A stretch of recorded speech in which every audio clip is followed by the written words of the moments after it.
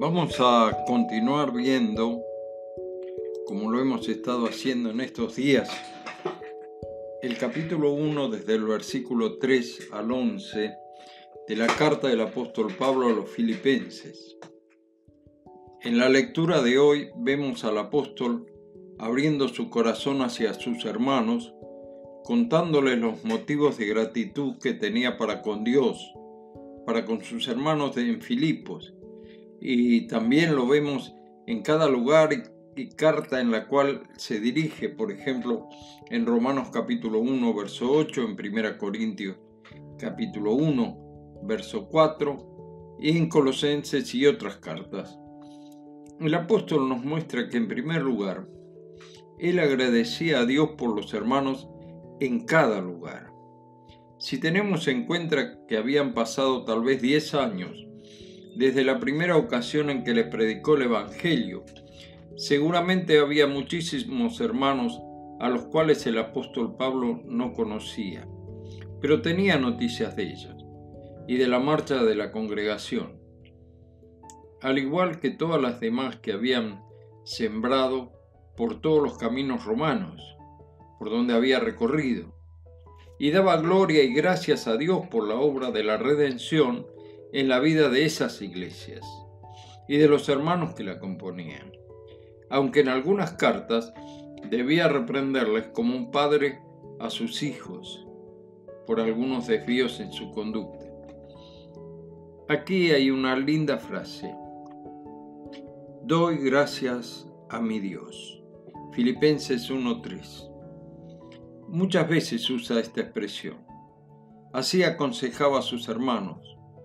Por ejemplo, y la paz de Dios gobierna en vuestros corazones, a la que asimismo fuisteis llamados en un solo cuerpo.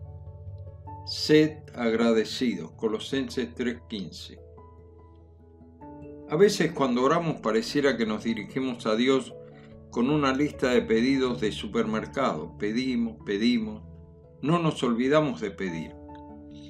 Pero fácilmente yo me olvido de ser agradecido por todas las bendiciones espirituales y materiales que recibo diariamente, simplemente por ser un hijo de Dios, salvado por Jesucristo. Me olvido mi situación anterior, que como dice Efesios, en aquel entonces estabais sin Cristo, alejados de la ciudadanía de Israel y ajenos a los pactos de la promesa, sin esperanza, sin Dios en el mundo. Efesios 2:12. Debemos ser agradecidos por lo que Dios nos dio. Nos dio en su Hijo pertenecer como hijos adoptivos a su familia.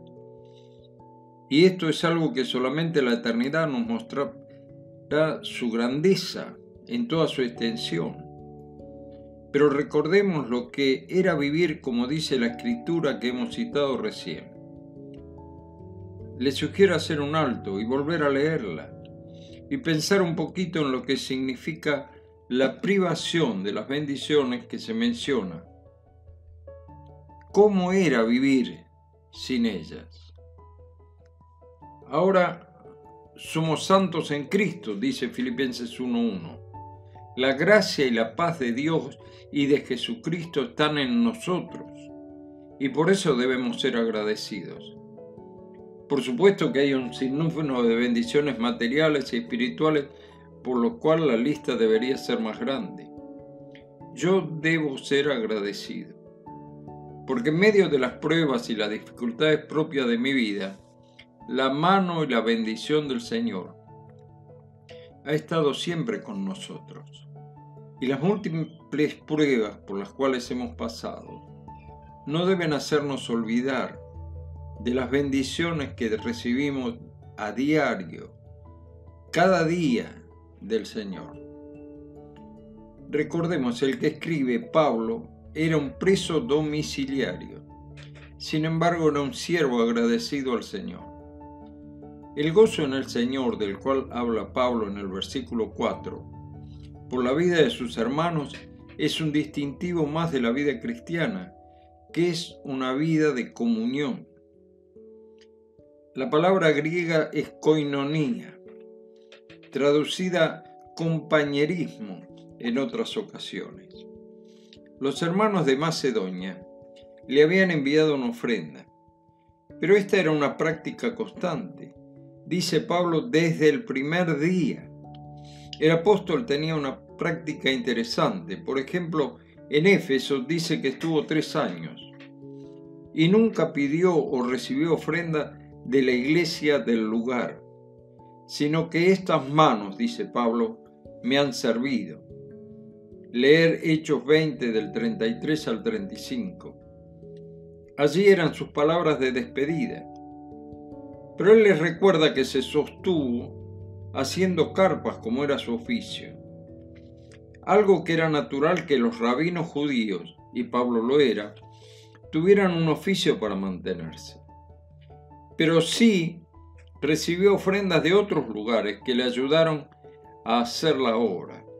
De aquí el título que hoy se usa en misiones y que vamos a escuchar más de una vez: misioneros hacedores de carpas, refiriéndose a misioneros que con su profesión u oficio van a otro país y se sostienen de esta manera.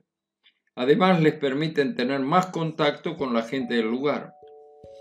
Así hay múltiples profesiones, de la medicina, de la educación, gente con habilidades especiales como pintores, jugadores de fútbol, entrenadores, que están sembrando la palabra de Dios que de otra manera no lo podrían hacer. De modo que nosotros debemos imitar a los hermanos de Filipos, que sostenían la obra misionera desde el primer día y vez tras vez le hicieron llegar a Pablo sus ofrendas.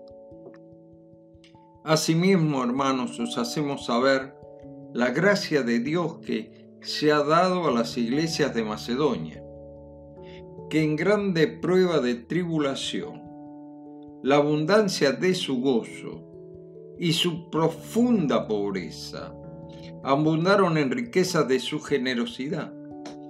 Pues doy testimonio de que con agrado han dado conforme a sus fuerzas y aún más allá de sus fuerzas, pidiéndonos con muchos ruegos que les concediésemos el privilegio de participar en este servicio para los santos.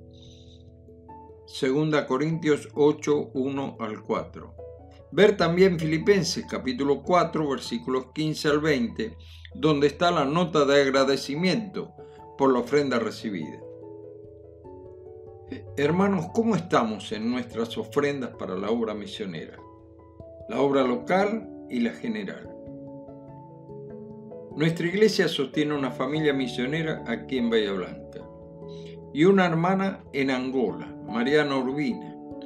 ¿Estamos honrando al Señor con nuestras ofrendas? Recordemos a los hermanos de Macedonia. Lo hicieron de su profunda pobreza. No dieron lo que les sobraba, sino lo que les faltaba. Que el Señor nos ayude a cumplir con nuestros deberes cristianos, como lo hicieron estos hermanos de Filipos, de Macedonia. Que el Señor nos bendiga. Será hasta mañana si Dios quiere.